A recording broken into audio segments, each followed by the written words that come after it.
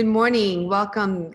This is Violet Camacho, live at the Missoni Baia Sales Center in Miami, Florida. I want to welcome you guys to a very special webinar. We have a stellar panel of superstars in the real estate realm of architecture, design. We're super excited, so I'm going to get right into it and start introducing our panel. First, we have Paris Forino.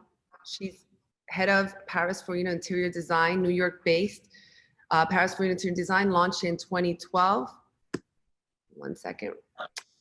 She is a full-time service international design firm specializing in luxury real estate, hotel, restaurant projects. Forino brings 15 years of experience, including 10 years with Tiffany Design, Cetra Rudy Architecture, to complex high-end commissions, which currently include more than 40 projects in the United States, Canada, Europe.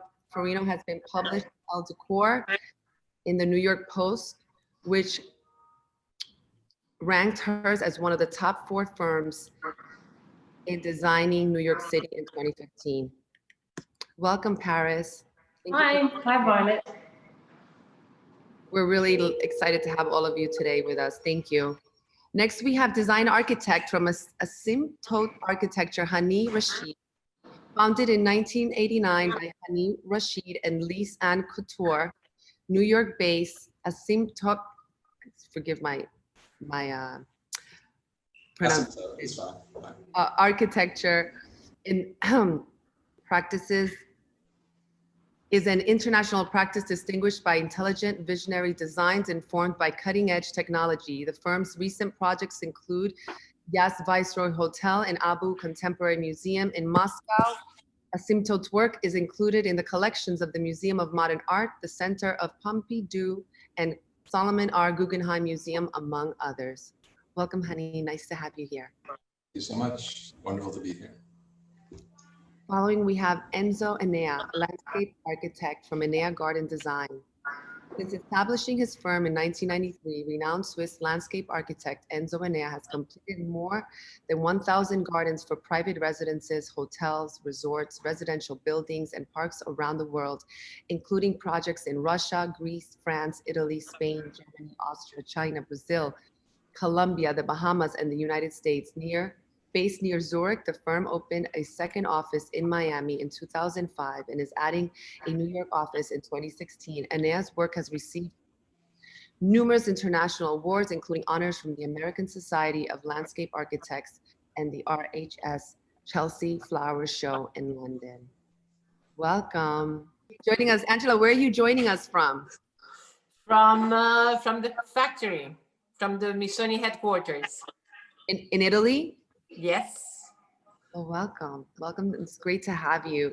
Everyone, please welcome Angela Missoni, Creative Director and President of Missoni. The Missoni brand is very much synonymous with the Missoni family. Angela Missoni, the founding couple's daughter, took over from Rositas as the firm's creative in 1997 and now leads the legendary label. As the creative force behind the entire house of Missoni, Angela has taken the company in new directions while remaining true to its heritage. She developed a new way to approach the Missoni image and communication, establishing a new position for the brand in the world of fashion.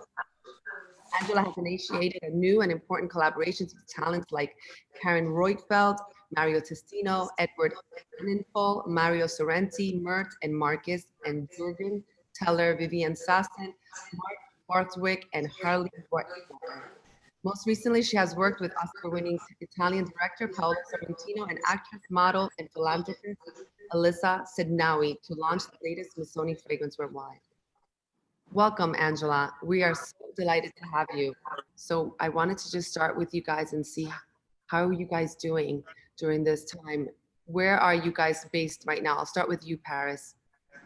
Sure. Hi, Violet. I'm here in New York City on 7th Avenue in Midtown. We moved into some beautiful new offices March 13th of this year, which was awful timing because then we couldn't come to our office. But we're doing very well. I mean, business is staying very, very strong through this pandemic, which is fantastic. The same can't be said for a lot of industries out there. So I think people are investing in in their homes and in design. And yeah, we're doing okay. Some of us are working from the office. Some people prefer to stay at home. But yeah, we're here in New York City. It's going strong. So Well, yeah. we're happy to hear that. Hani, where are you in the world right now? I guess technically we're also in New York. We're just over the river in Brooklyn. But yeah, we're back in our offices as well, and yeah, we're doing great. We're doing fine. We actually have a bit of a surge of work, strangely enough, and we're doing a lot more traveling these days by virtue of Zoom. And I thought I did a lot of traveling without Zoom. So yeah, it's working out fine, and we hope that this whole second wave doesn't really get traction. 100%. I think the world is in pause right now.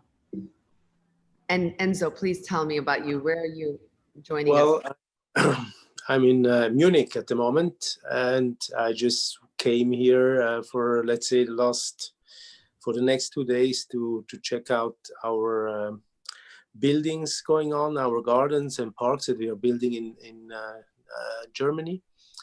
And I took the chance because they're closing around us, Europe, down at the moment because they're waiting for the next wave coming.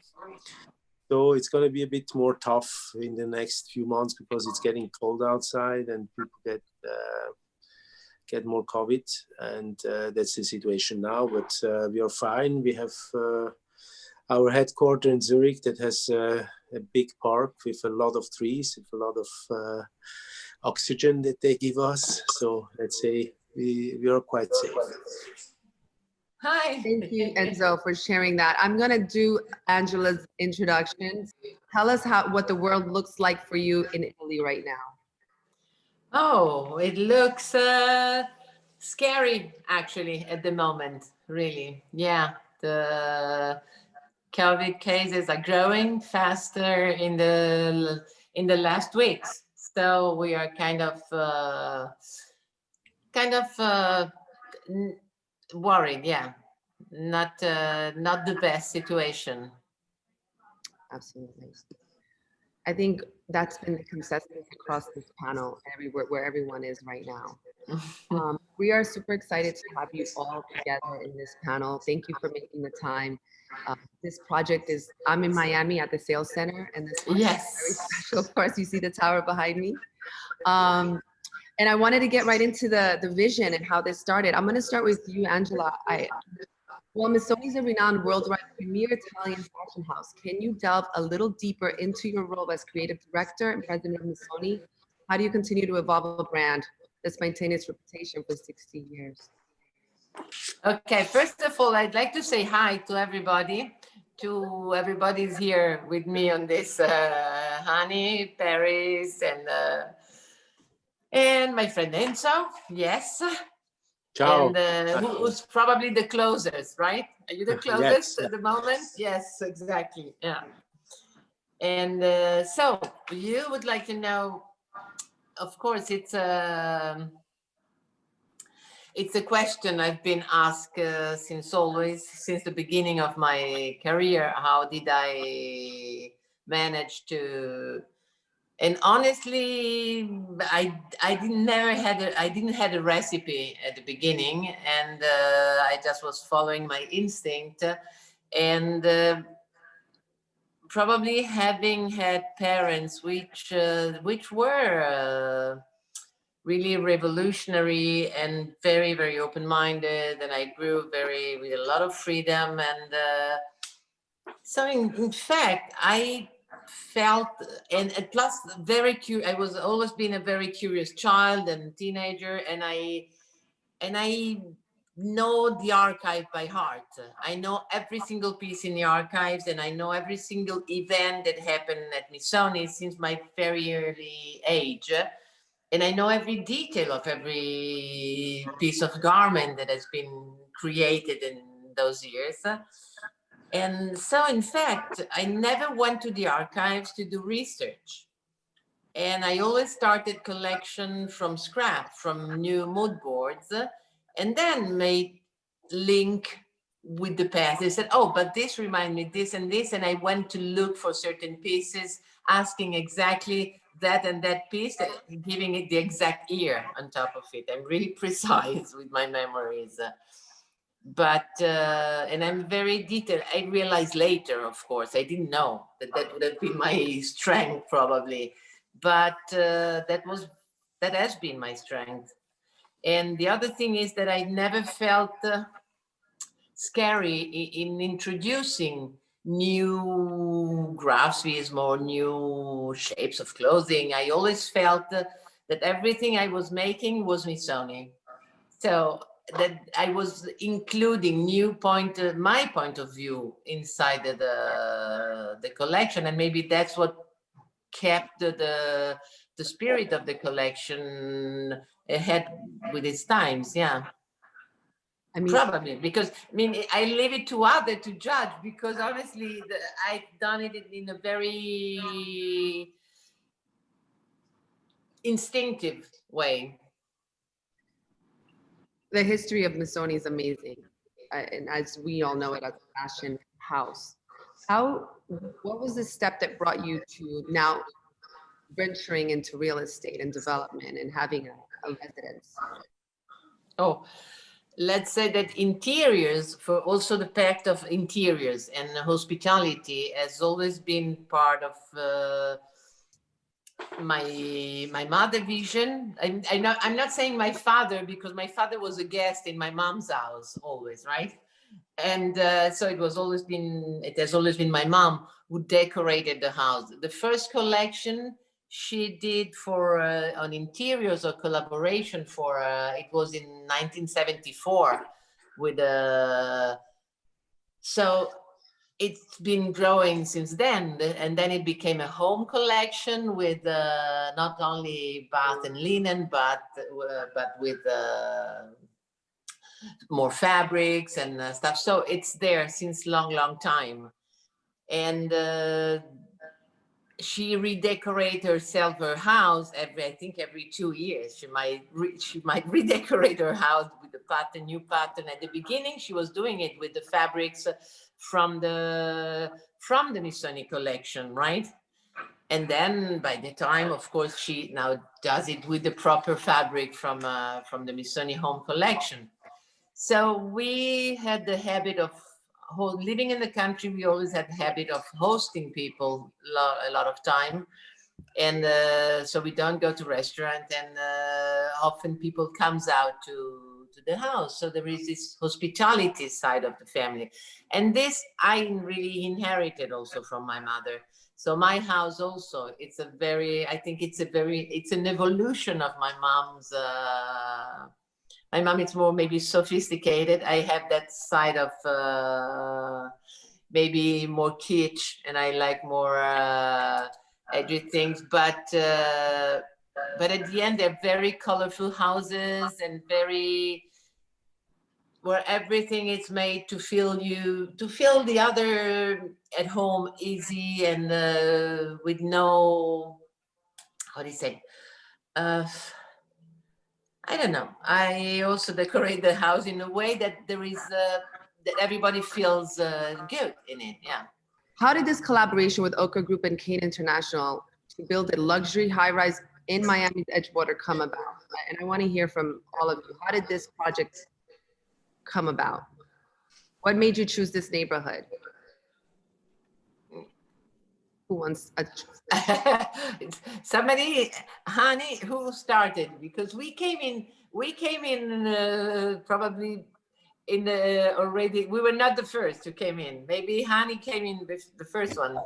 Okay, I can tell a little bit of the history. I mean, we had a meeting one day here with Vladislav Dororin, and Vlad had come to the meeting with his partners and asked us. I'll never forget the meeting. It was actually kind of surreal. He had asked us to look at this project in Edgewater, this site that he was interested in, and from our point of view as architects, he had asked us if, in fact, it was something viable and interesting for our point of view as architects. Would we be interested in designing such a building? And he was, but I remember he was extremely preoccupied as he is, and he was always on his phone.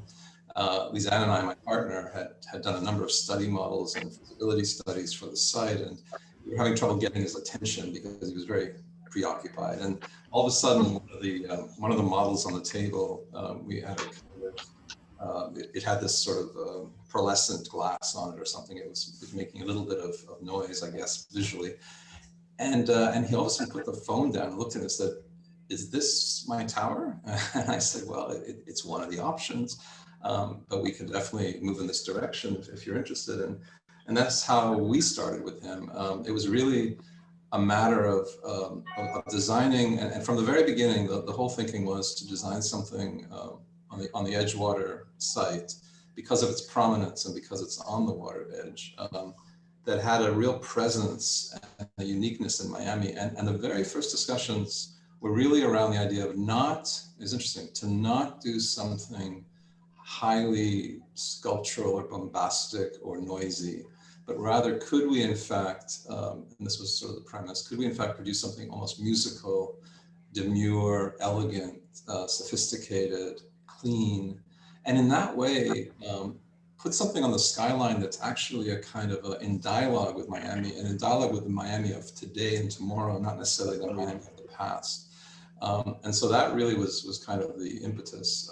And we went from there into discussions on minimal sculptors like Donald Judd and Sol DeWitt.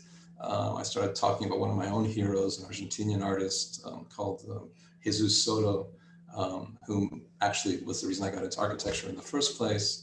And we started talking about, mathematics, minimalist sculpture, and how to produce something so clean and beautiful that it could almost become, and this is interesting to listen to Angela talking the way she's talking, because I'm fascinated by her sort of ethos. And so what I realized we were doing before Angela came on board, and even before Paris came on board, or Enzo, was I knew that we were sort of setting, let's say, the room for an amazing party. and the question was, whom else could come to the party? Who's going to come to this place and contribute to the whole environment, the whole mise en scène, the whole philosophy? And sure enough, when Angela came in, as she just described, she starts to work up the place, let's say. I started the party. How this place could, so our job, and this same thing, and so Paris will speak for themselves, but the same thing with the other collaborators here, was that they're all brilliant designers and individuals.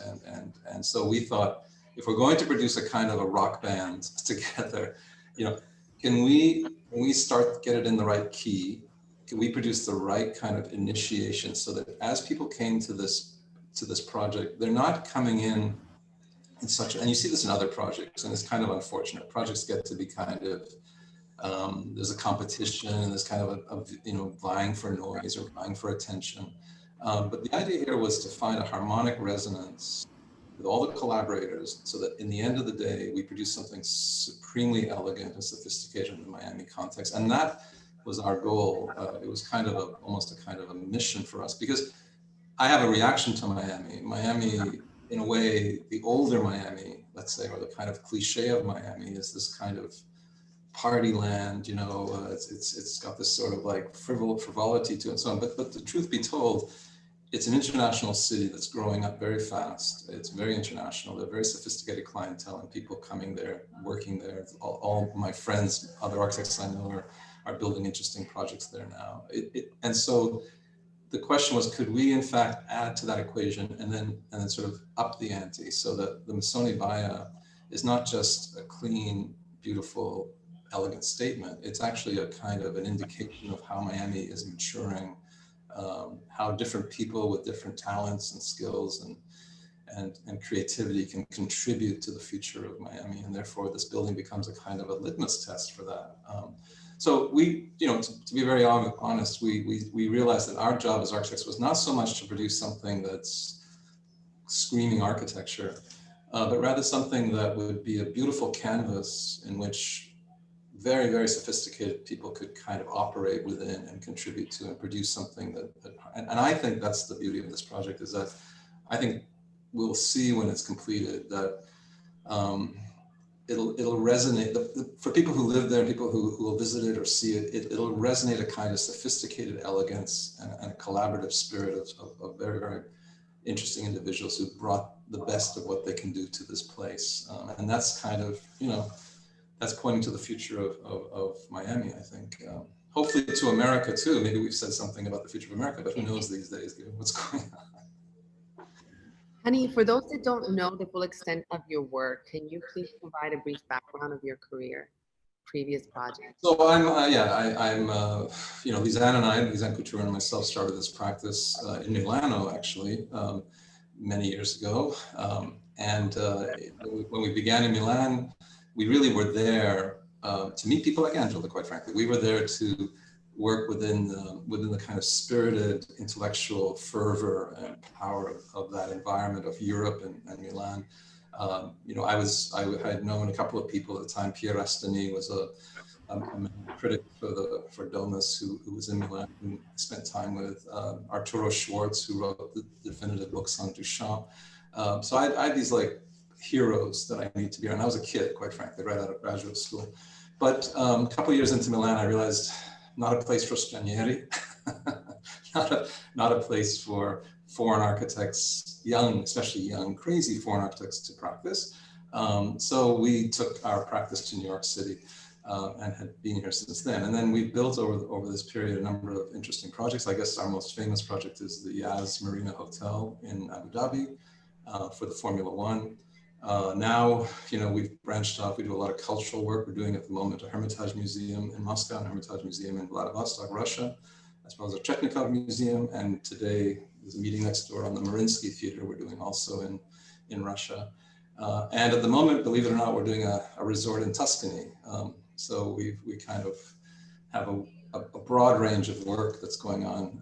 And we're doing a new hotel in Budapest. So we're quite busy with projects that have branched out of what started out as really an experimental avant-garde sort of radical practice when I was young and nuts into something that's now become sort of, the reason it's important that we started out young and crazy is that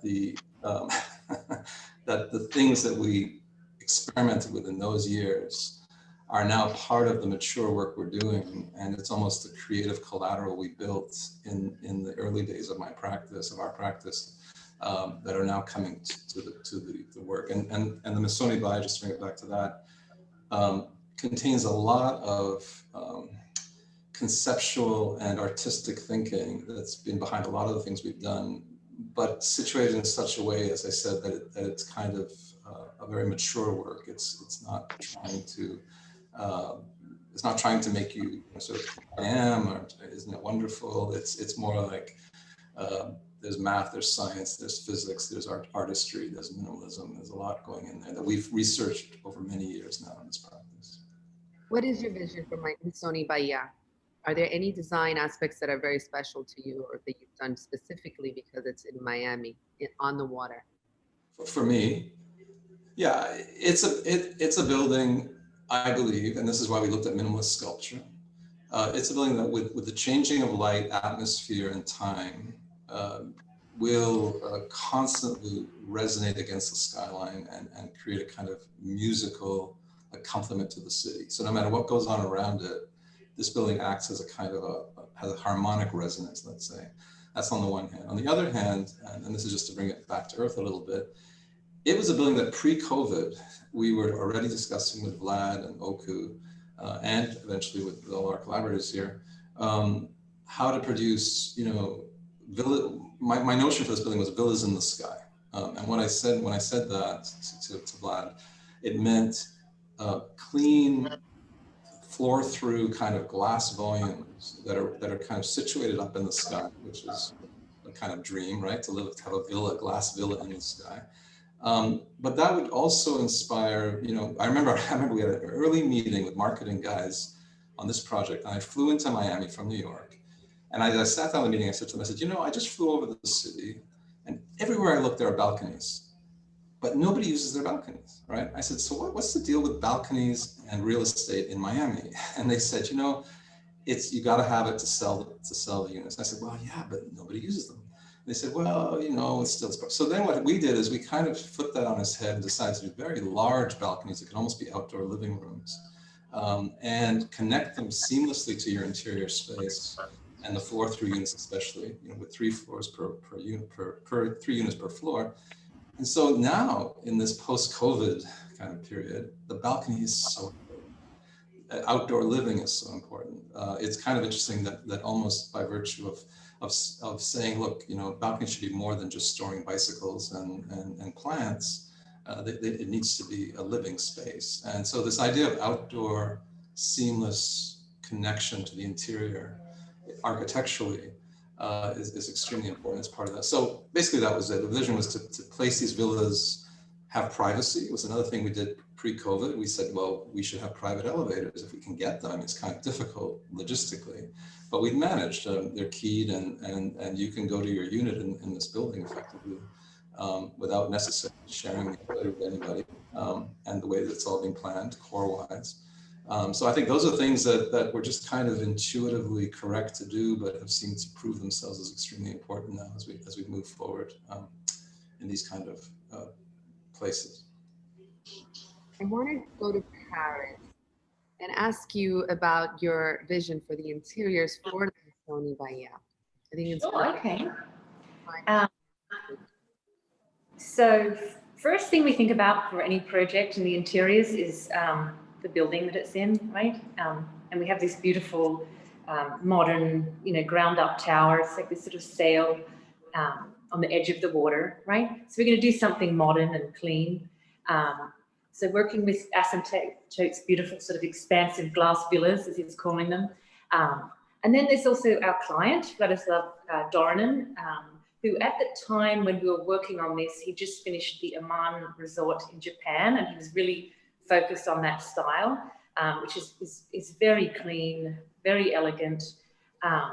So the inspiration for the interiors was, you know, clean, light, you know, airy, elegant, sort of the things that Hani's talking about, which I think was the perfect sort of backdrop for Missoni. I mean, Missoni is like wild and colorful and crazy.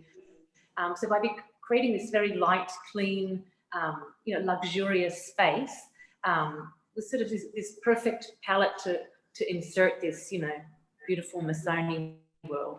So that was kind of our inspiration. So we're drawing from Asymptote's architecture. We're drawing from our client, who has this very sophisticated design sensibility, Vladislav, and we're, you know, pulling that together and then creating a background for the Missoni. So that was kind of how we handled that. Well, tell us about your scope of work. Give us a brief background on your career, please. Okay, yeah, okay, so background on my career. So I'm Australian. I studied in Australia, studied design, but yeah, after finish, I took a gap year. We do that in Australia.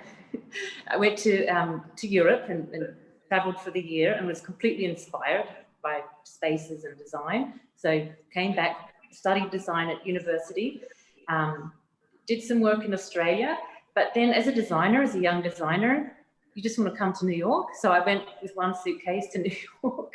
That was in 2003. I never came back. Obviously, I did to visit.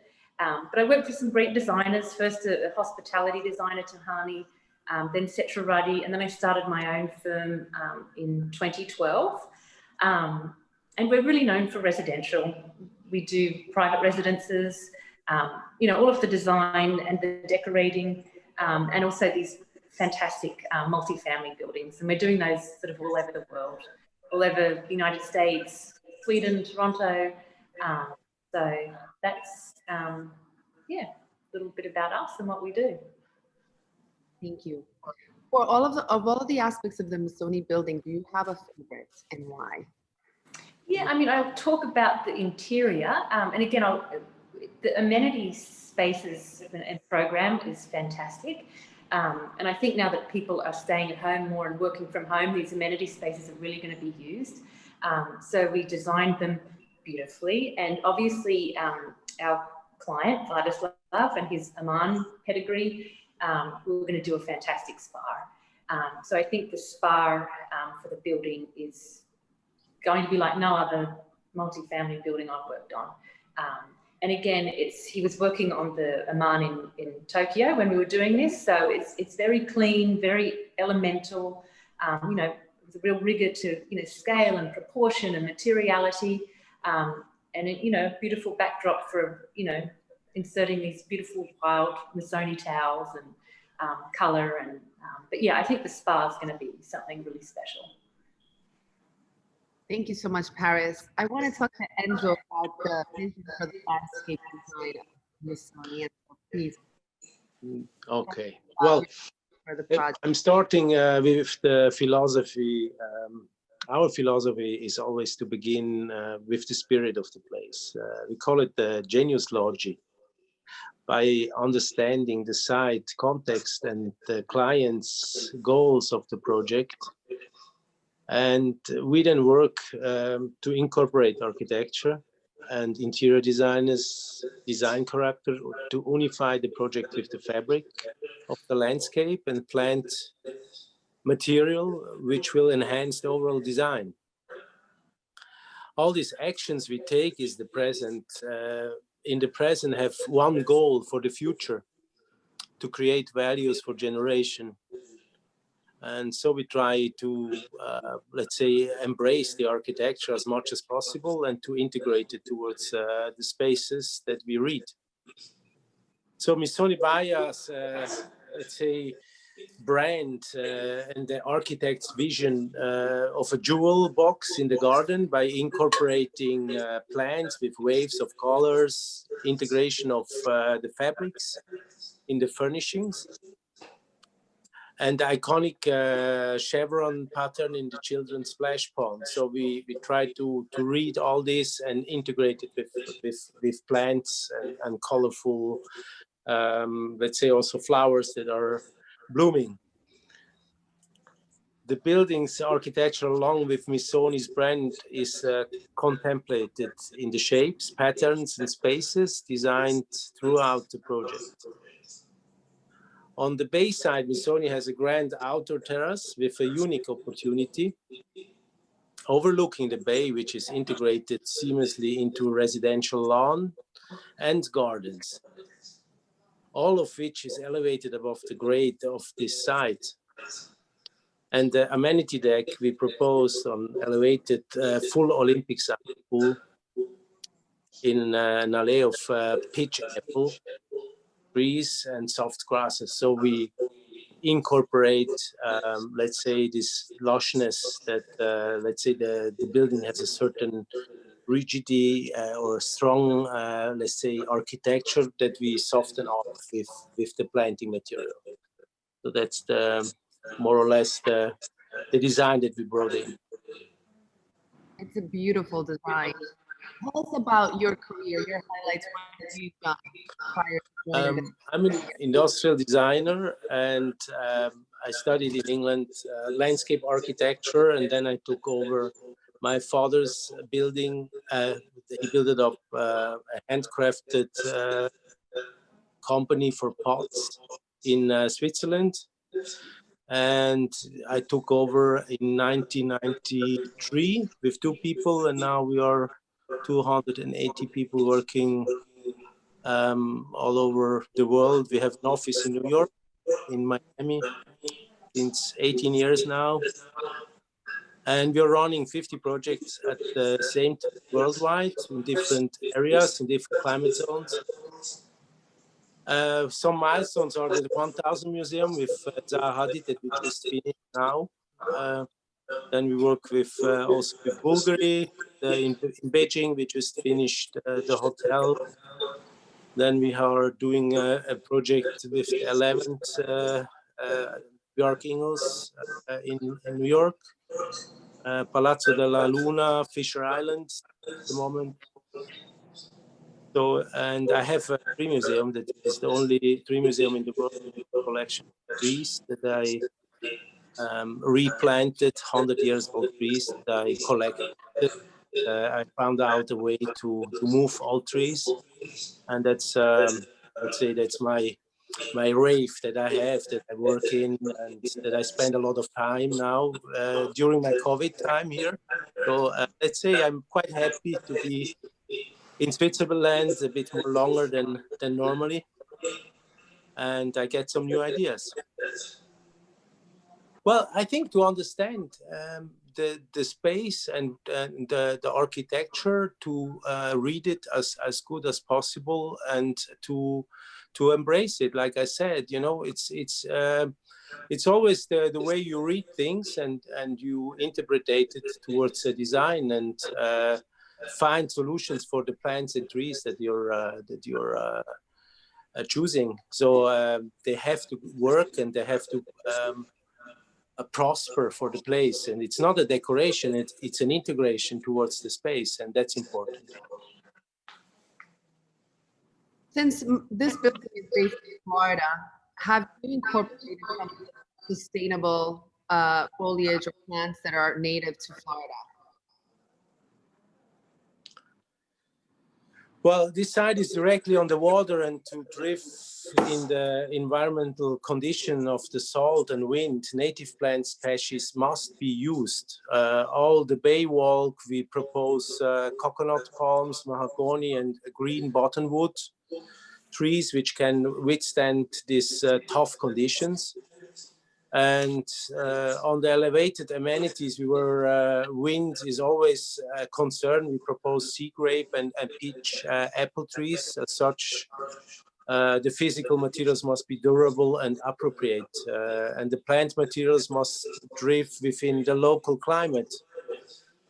So Enea's designs are timeless for the generations to come. That's what we want to achieve. And like I said, we're really trying to study the place before we design it, and so we work with people from the place that understand what kind of winds we have, how much sun hours do we have on the space, and this gives us the possibility to choose the right plants for the right place.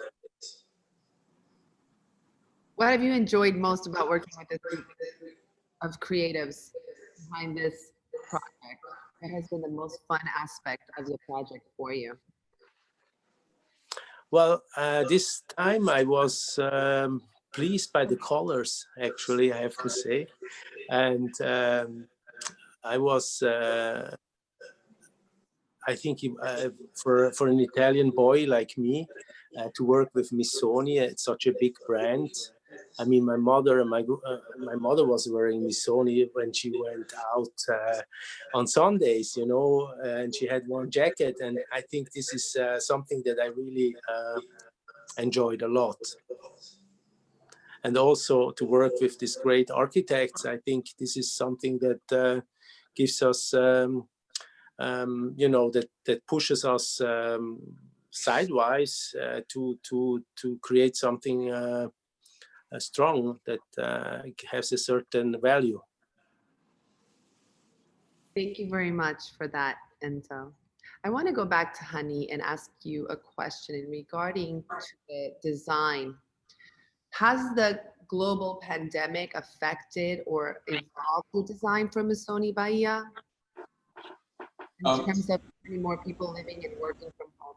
Well, like I said, I think we're fortunate that in our design process we had, you know, anticipated many things that we're now seeing are very real and very important to think about. I mean, and I guess the reason they were anticipated is that, you know, and this is just my take on this whole COVID nightmare for all of us, is that the world was overheating anyway, right? We felt like, we all felt in all of our disciplines that we had to pay more attention to environmental sustainability. We had to pay more attention to nature, to well-being, to the human condition.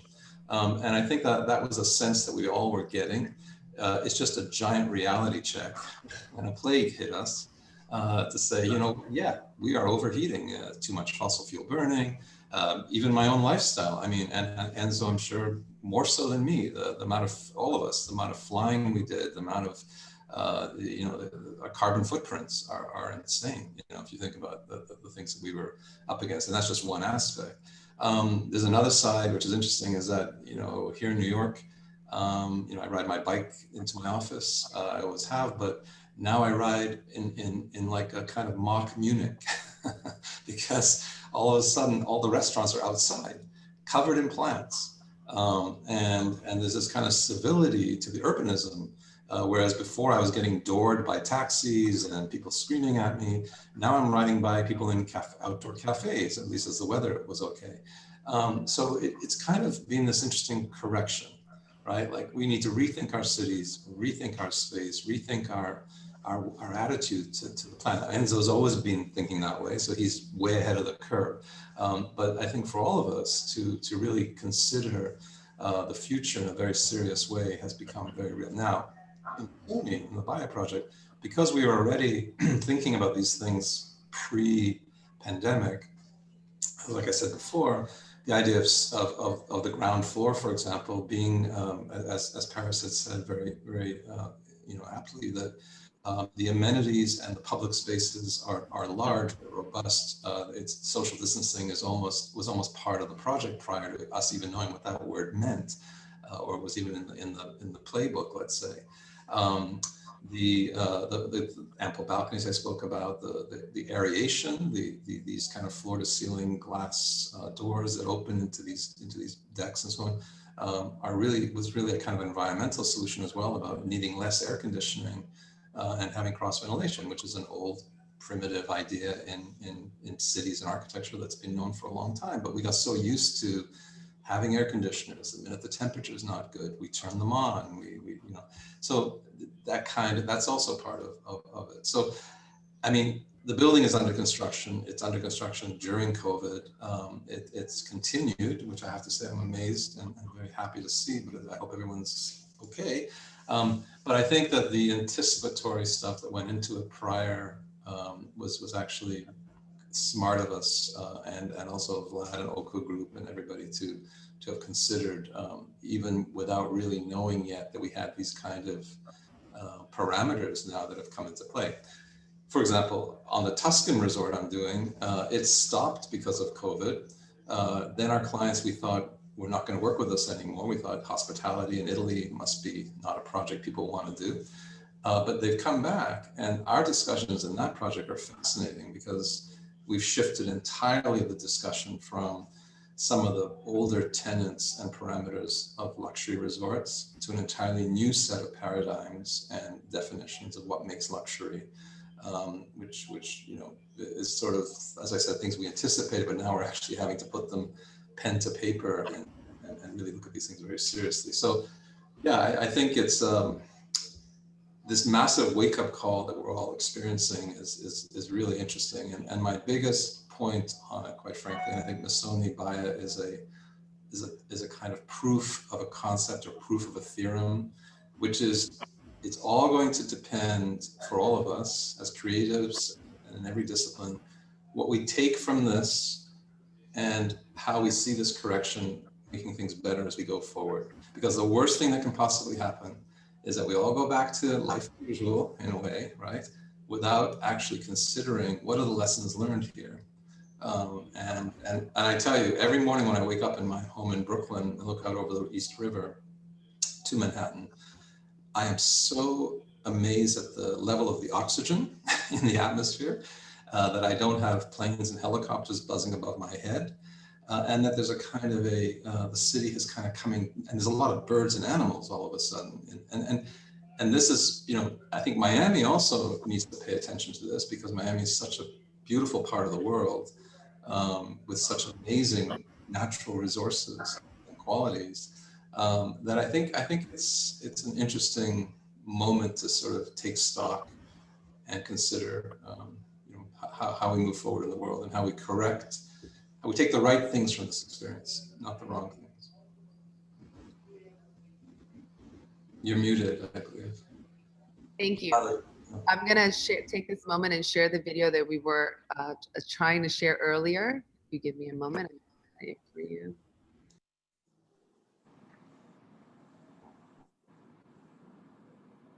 Here we go.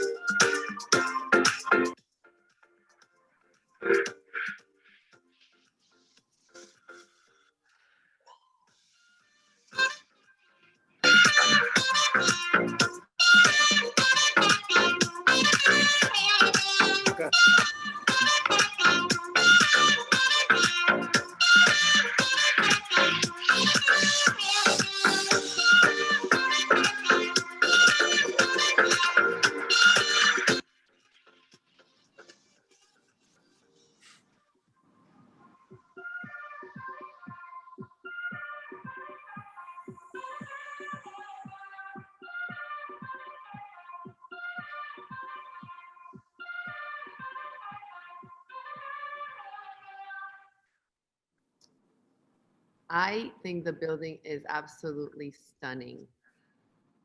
Angela, I want to hear more about the behind this beautiful new addition to our skyline from you. Oh my God, I was very much impressed with the, of course, with the design of the building, with the allure of the building. First of all, I'm myself a fanatic of architecture. I've always been, I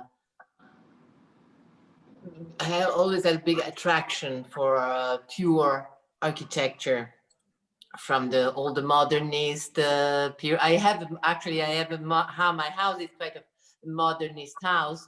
This factory where I'm in, it's been built in the 70s by an architect. It was very close to that spirit, and it still is. So I'm very much fascinated by beautiful, clean places, because then I can fill them in with color and stuff. So I need a blank canvas, right? But I need a beautiful blank canvas, not a simple one, very luxurious and I have the habit from, I need view. I need view myself. So we have view from the factory. We have view, I still call it factory. I should call it like the Missoni headquarters today.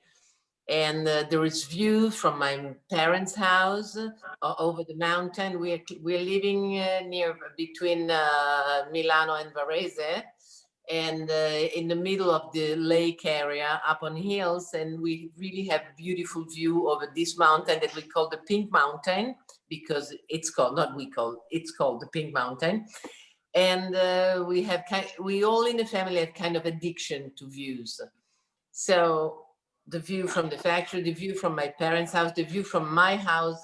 I do have another house. I need long distance view. And this, when I saw this building and the view you can have from every floor, it's amazing. It's really, it gives you breath. I don't know, you breath. You can wake up in the morning and feel, it's like already you feel like if you already have meditated, even if you don't meditate, let's say it this way, right? You wake up and you say, wow, yes, here I am.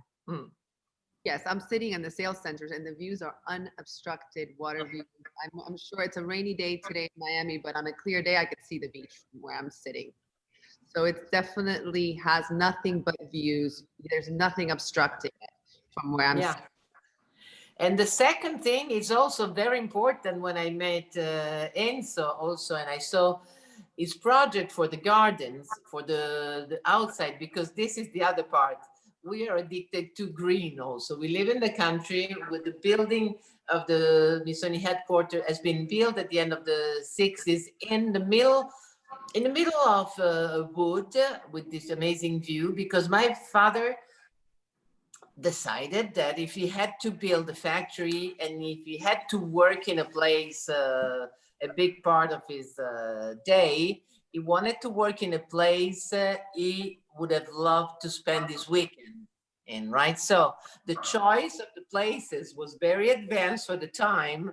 So we really have a very high quality of life, and the green and gardens are really part of making of making the life of enhancing the life quality. Absolutely. I mean, Enzo, I mean, you worked on some amazing projects here in Miami. You mentioned 1000 Museum, you mentioned Fisher Island. We understand how big of a component, you know, the landscape architecture is to those projects. So what you brought to Missoni Baia is very special. Tell me why Miami? Why did you choose Miami as the city to first bring Missoni? Why I choose Miami? I think it's long. Well, it started actually with the design district. When they built the design district, I was invited to build a garden in the middle of the design district. There was nothing. There was just these old fabrics, and in the middle, I built a garden in between parking lots.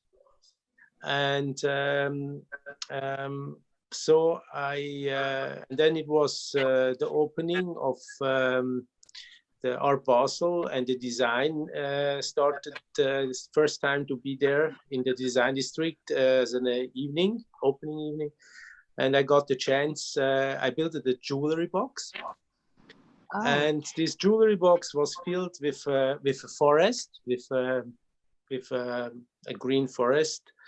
And I was driven at that time because I thought it was a bit political, actually, because I thought that if the world is going the way it goes, we have to build places that are made up by humans, but we don't have a natural place anymore. So they're all builded places like we do now, you know, like that's what's happening at the moment. And so this was my first impact in Miami. And for me, I think it's a place where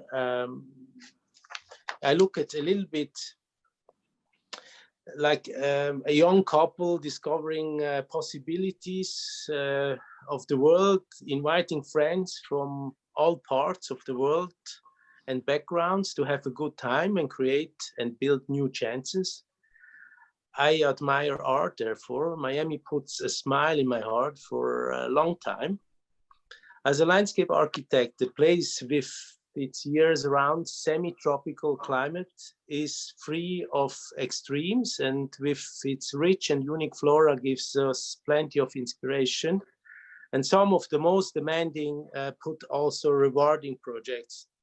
The rise of investment, population, and worldwide attraction makes this place sought after as it is today. So I think Miami has a big chance, and I think with the culture, with the art that came in, it's also important that Miami is embracing the art and work with it in a cultural way to build up a beautiful city that I think they are on a good way.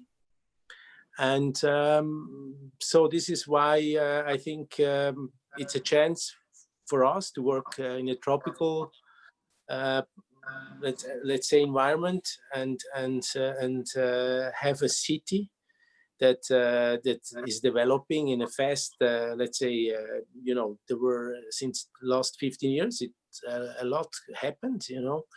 And I saw it as a chance. That's why I came over there and built up my office. And since 3 years, we are in New York now, and we are trying to get space in New York to build gardens there and landscape and outdoor living spaces to help get more quality of life. And I think that's important. And, you know, the UV, the sun is getting stronger every year. It's hard, it's getting harder. So we need shadow, we need microclimate. We have to work with the buildings together.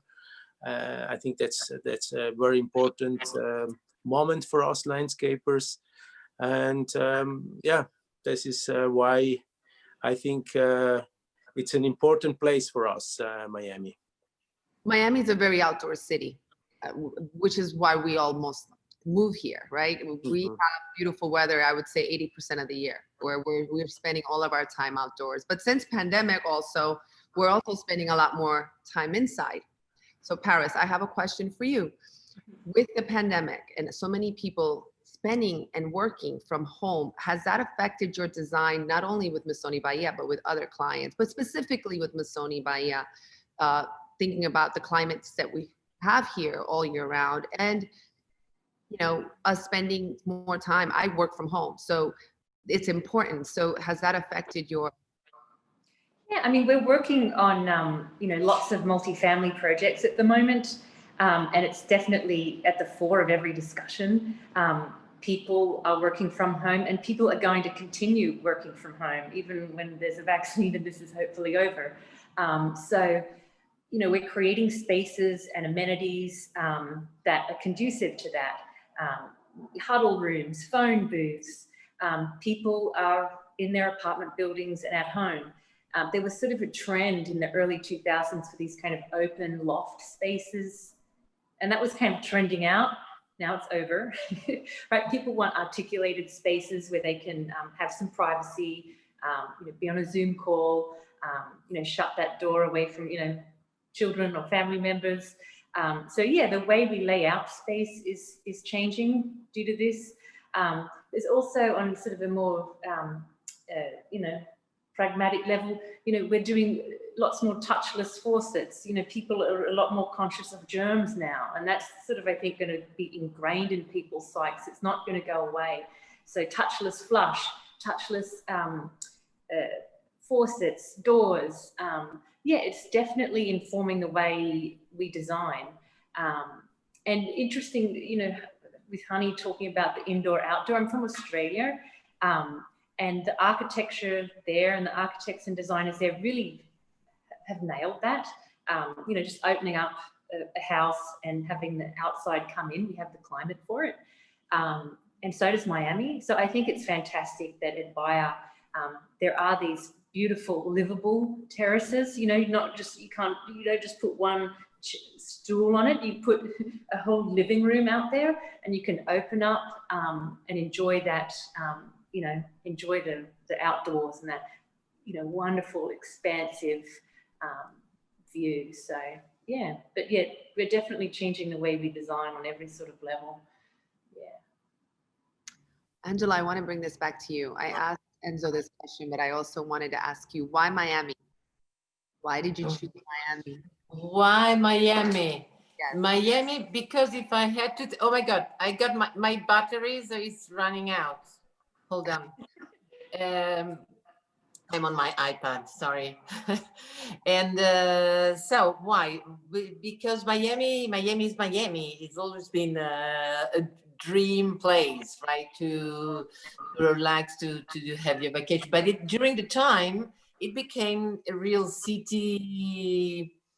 In the past 20 years, it's a livable city where you can have a very good quality of life and live there all year round while working or while doing many other while doing your profession. Yes, so it's a city. It's a city with a high level of quality, life quality. So yeah, that's the point. And I thought that for Missoni, it really enhanced that sense that we had, so that you can live in a different, there is a different way of living. You can live with a different approach today and have a quality, putting your quality, the life quality ahead in front. Yeah. I want to thank all of you for joining us. Today was awesome. This was great, so informative. I am so excited to have Missoni Baia in Miami. It's really going to make our skyline a little prettier than it already is. It's a beautiful building. Hani, thank you so much for joining us from Brooklyn. It was awesome to hear from you. Enzo, a real pleasure. And now every time I go to these other spots in Miami, I'm going to think of you. Paris, thank you for joining us. And Angela, thank you. It was an honor and a real pleasure to It's a pleasure. have this conversation. Thank you. Have a Pleasure great to see you. Hope to see you soon, all of you. For looking real, right? Ciao, Angela. Ciao. Ciao. Ciao.